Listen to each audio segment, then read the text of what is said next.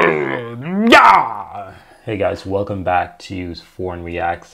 Sorry for trying to spook you out, but it's almost Halloween, my birthday, so yeah, I'm trying to be a little bit spooky. But either ways, man, let me see if I can get this light as low as possible, because I don't need... Oh, yes. Yeah, y'all probably get weirded out of the fact that I can do weird stuff like this in my videos, like literally. Look at that. So bright, right? But I like it somewhere about that. Anyways, we're going to be checking out a video titled Are Europeans One Race? The Genetic Evidence. So yeah, I totally don't really care about race like that. I do believe that evolve, like the world has evolved, and like everybody has been here for so long. It's kind of dumb to think that everybody probably didn't come from the same thing. That's just how I feel. I'm just gonna listen to what this guy's perspective is, because whatever you do in life, gotta respect other people's perspective and understand from their POV and how they see things. But for me, I think that humanity started at a point and it just expands, because obviously that's just how it seems.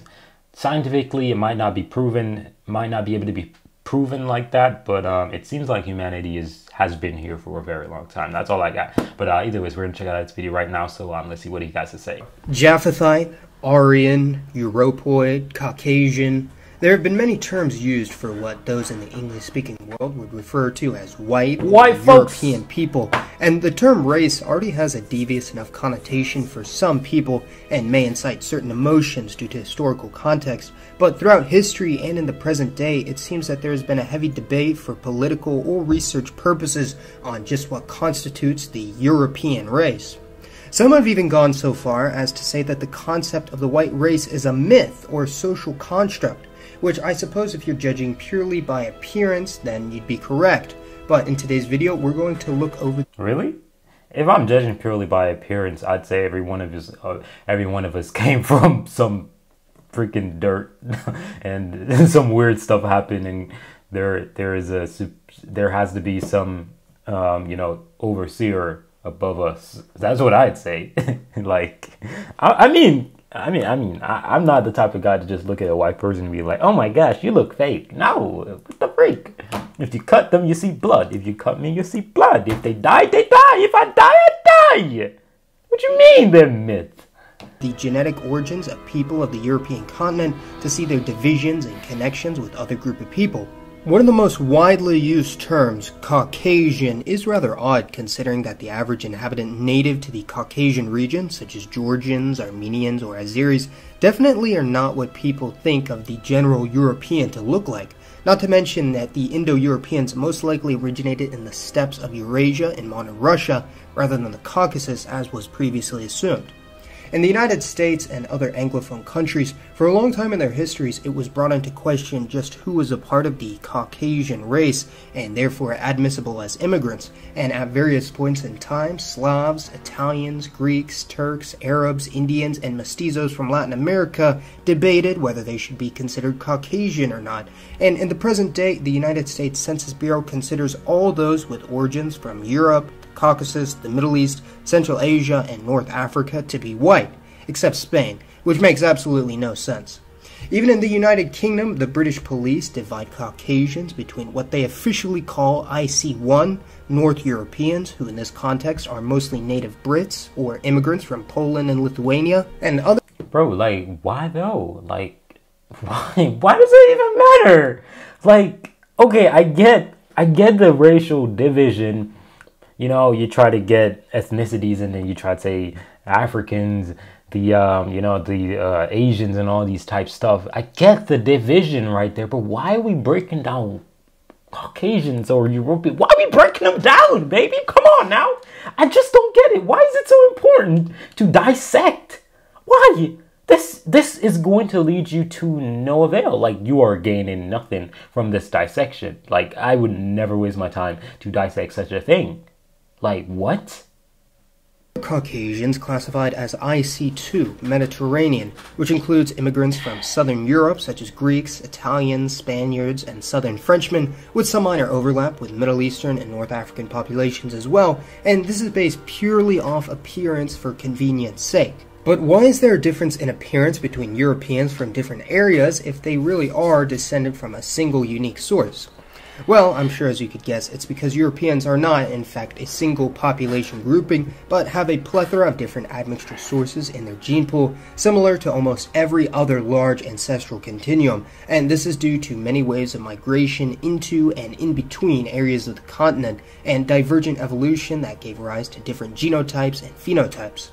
Similar to most other areas of Eurasia, the original inhabitants of Europe were not anatomically modern humans, but rather various groups of Neanderthal, the distant cousin of Homo sapiens. And although many Europeans tend to pride themselves on their high levels of Neanderthal DNA, and others disparage them for it, it actually turns out that East Asians have the highest degree of Neanderthal admixture, although both populations have been influenced in quite interesting ways by their archaic cousins and inhabited their homelands hundreds of thousands of years before them. The modern people of Europe are actually descended from three major archaic groups, as can be ascertained by archaeogenetic analysis. I like that specific specification that he just gave, modern Europeans, because my take is always going to be as simple as this gets. As a person who was very involved in, science subjects, chemistry, the physics, I love these things. They're very difficult if you're not, focused, but it's pretty, basic if you're focused, right? I definitely do not think that it is so easy to just get up and just do a little bit of test and you find out the origin of time. It's just not going to happen, right? So if you notice, he said about hundreds of thousands of years, right? There's no specification of this. So that's why he's talking about modern Europe to me, because the truth is we can't really tell all of these people who caused those people to be there, caused these people to be there. We don't know where all of this originated from exactly, so we can only do traces of that. That's my POV, in my humble opinion. At being the indigenous European hunter-gatherers who date back many tens of thousands of years, although really you can also divide these between Eastern and Western European groupings. Neolithic Anatolian farmers, who, as their name implies, arrived in the area from Anatolia around the Neolithic Revolution around 7000 BC, and lastly, the Indo-European speaking steppe pastoralists around 3000 BC, who brought with them the wheel and many other innovations, including their language, and another branch, the Proto-Indo-Iranian or Aryan component, instead headed southeast into Iran and the Indian subcontinent. By cross-referencing with ancient genetic samples, we're able to see just how these archaic ancestral populations interacted and created the modern people groups we see today, and there's a surprising amount of overlap between various groups, and just like the Amerindians, despite diverse origins, each ancestry has penetrated all regions of the continent due to generations of intense intermixing. The Neolithic Anatolian farmers intermixed with the archaic hunter-gatherers and penetrated all regions of the continent, but especially the southern regions around the Mediterranean, but is most heavily preserved in the population of the island of Sardinia today, who, despite their central position in arguably the most important body of water in all of human history, have remained relatively untouched by outside migration. Wait, what? What about most important body of water? Sardinia today, who, despite their central position... Oh, the Mediterranean Sea. Oh, okay. In arguably the most important body of water in all of human history, have remained relatively untouched by outside migration from either Italy, Europe, or other areas. This ancestry is also likely the reason for the basal morphological differences between northern and southern Europe, with the more southern phenotype, often described as Mediterranean, being closer to that of the Near East in both facial features, skin color, and body type than those in northern Europe. The steppe pastoralist or Yamnaya ancestry that entered Europe clearly had the biggest impact on the northern and eastern regions, with the Proto-Indo-Europeans being rich in ancient North Eurasian ancestry found in Siberian and Paleo-Amerindian populations, and later entering the Caucasus and Middle East as well. This steppe pastoralist component is today highest in Scandinavia, northeastern Europe, and around the North Sea region, although again penetrated virtually the entire continent in varying amounts, and ironically is even found at some of the highest rates among the Volga-Ural region in the Udmurts, Tatars, and Chuvash, all of whom were formerly Indo-European speaking before the migration of Eastern Eurasian Uralians and Turks. Again, these differences in ancestry in the continent have likely contributed to the differences in phenotype and genetics between those in the north and south, as well as some phenotypic gradation between east and west as well, becoming more correlated with modern ethno-linguistic groups in the present day due to endogamy and migration. Additionally, principal component analysis charts of genetic clustering among Western Eurasian populations usually show a spectrum with Northern Europeans at one end and Middle Easterners at the other, with Southern European groups being in between these two, while the Caucasus definitely seems to cluster more heavily with the Middle Eastern cline. Even non-Indo-European speaking groups like the Hungarians still display a high genetic affinity to their neighbors in Europe despite their supposed foreign origins, showing that most groups have retained their genetic base since this time period of intermixing roughly 4,000 to 9,000 years ago, with the migration of the Indo-Europeans being the last major migration to shape the continent, bringing with them haplogroup R1b and R1a, with the latter now found at its highest rates in Eastern Europe and Northern India due to the migration of the Proto-Indo-Iranians. But should the Aryans really be considered European? Well, that's a very loaded and politically charged subject due to the legacy of colonialism in the subcontinent, but as I mentioned in a previous video, the old steppe Indo-Europeans of Central Asia were indeed quite close in both genetics and phenotype to ancient Europeans, albeit with heavy Middle Eastern and minor Eastern Eurasian admixture.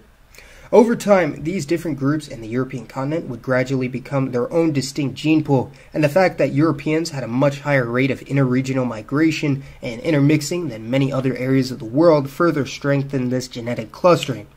Due to these high rates of intermixing in the past few thousand years, Europeans generally do not have the same vast regional genetic disparities as, say, Africans, who are very clearly and easily divisible by Nilotic, Pygmy, Khoisan, and West African components at the very least because of surface-level traits. There's also the issue of the Ashkenazi Jews and Romani, two groups that have lived in the European continent for over 1,000 years, but they originate from the Levant and northern India respectively.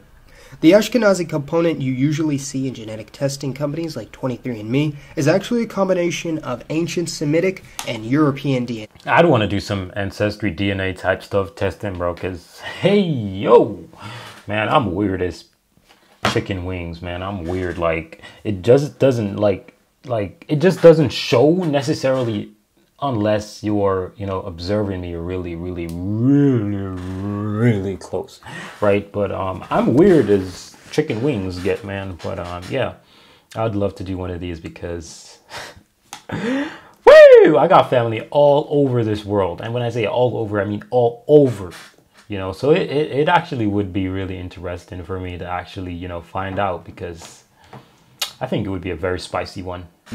While the Romani are more of a combination of low-caste northern Indo-Aryans with a substantial amount of Middle Eastern admixture, but similar to the Ashkenazi, have large and varying levels of European DNA, with many Jews and Romani actually being indistinguishable from the native population, although due to generations of endogamy and drift are easily recognizable genetically. Creating a map of European DNA worldwide would be quite difficult, especially in the periphery regions, as for instance, even though at least 10% of the gene pool of the Maghrebi countries of Algeria, Morocco, and Tunisia can be traced back to migrants from Europe within the past 2,000 years, with these genetic testing companies, those from this region usually only display a North African ancestry as they control for this admixture, which has become heavily entrenched in the local population. Additionally, groups like the Anatolian Turks, Central Asians, and Indo-Aryans also share ancestry with Europeans, but almost certainly wouldn't consider themselves to be part European. So for my map on European ancestry worldwide, I decided to go only by self-identification rather than genetic admixture. As you can see, interestingly, patterns of European migration and settlement are almost exclusively north of the Tropic of Cancer and south of the Tropic of Capricorn. Basically, just anywhere except the tropics, for obvious reasons. Different groups of Europeans in the diaspora may have varying rates of admixture from entirely different racial groups, most notably in Latin America, where the number of full-blooded Europeans is actually quite small, even though the self-identified white or European population is actually higher than that of the United States, believe it or not. The situation in the US, Canada, and Australia is pretty similar in that although a large portion of the European population claims ancestry from the indigenous people, Amerindians, and Aborigines respectively, the percentage that actually have any sort of significant native heritage whatsoever is actually quite small, less than 10%. The native or non-white heritage of the South African Afrikaners is much more substantial and widespread than in other English-speaking regions, with around 4 to 7% of their genome being of Bantu, Khoi, or South Asian origin on average, although ironically, this is the one area of the planet where they don't actually claim it. So, are the Europeans one race? Well, as I discussed in my video over the number of races, when you get past the 4 major ancestral continuums, racial lines become increasingly arbitrary and up to interpretation, and I think it's a real shame that race and ancestry has become such a politically loaded and sensitive subject. Essentially, European ancestry is actually a measurable and well-studied cluster in population genetics, but white people, just like black people, as a modern global socio-political concept has a much more fluid and ill-defined meaning, which I don't think is too relevant in the current day. So go ahead and let me know your thoughts on the origin and evolution of the Europeans and the interesting dynamics. Man, it's all crazy, man. All I got is this, man. Like, it starts at one place, and people move, and they migrate, they immigrate, and things happen. And when they happen, people end up, you know, in a situation where they flock to a certain location. And when they flock to a certain location, they settle there. They settle for years on years on years. And it just happens to, you know, breed a certain different looks and attitudes and culture and all that type stuff with the mixture of this and that and da-da-da-da-da-da-do-do-do. It's one big complicated apple that I just won't bite into because it's not necessary, in my humble opinion, because you look different, you look similar, you look different, you look similar. At the end of the day, it's your actions that really are going to differentiate you from everybody else. Like, majority of the times, you might see somebody who looks alike, but what really makes them different from you is really their culture. So their attitude and how they act is what's going to turn you off or on from that person, makes you happy around them or mad around them. Just be honest about it. The race and the ethnicity has nothing to do with anything. It's really the culture that matters, in my humble opinion. And yeah, that's going to be it, guys. I'm out of here. Thank you for watching. Peace.